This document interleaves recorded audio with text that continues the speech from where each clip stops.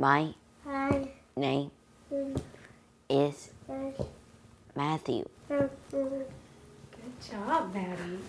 This is Matthew and his big brother Adrian. Matthew suffered what's called a non-accidental injury when he was 16 months old. Doctors believe his birth mother shook him as a baby, resulting in brain damage.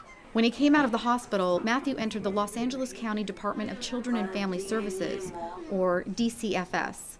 From there, he was placed into a pediatric group home, which is foster care for medically fragile kids or kids with brain injuries and special needs. That's where Matthew, now 4 years old, met Esther Barrios, his case manager and recreational therapist. But now, Matthew just calls her Mom. I love Mom. Barrios made it official on National Adoption Day. It wasn't her first adoption. She also adopted big brother Adrian in 2012. Adrian, now 10 years old, also suffered a brain injury when he was a baby. Barrios and Adrian knew Matthew would be a good fit for their family, but he had some milestones to reach first.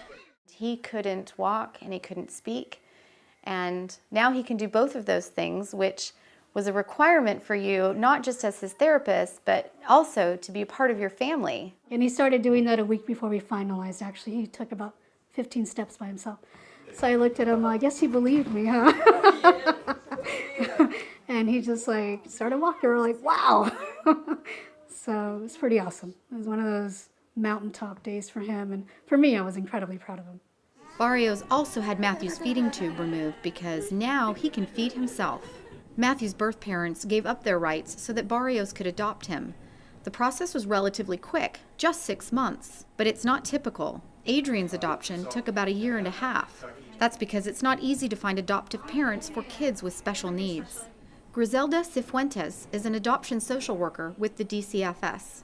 She and her colleague, Carla Genovez, work together to try and find these kids a forever home. We always have a huge need for foster care homes and adoptive homes. In this situation, Esther had a relationship with the child, and for us, that's a priority. Genovez says they always try and place these kids with family first. Then I work with the parents to try to get them back home. Some of my cases, they're not going back home. The next best option is someone the child has a relationship with. Of the nearly 600 medically fragile youth cared for by DCFS, 40 are waiting to be adopted. For Cifuentes and Genovez, seeing these adoptions finalized is a silver lining.